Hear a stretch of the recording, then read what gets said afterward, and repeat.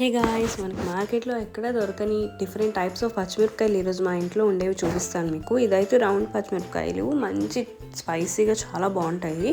ఇవి మనకి నార్మల్గా ఉండే పచ్చిమిరపకాయల కంటే చాలా చిన్న సైజులో ఉంటాయి. బట్ స్పైస్ అనేది సేమ్ దానిలాగే ఉంటుంది. అన్ని కర్రీస్లో అన్నింటిలో మనం వీటిని వాడుకోవచ్చు.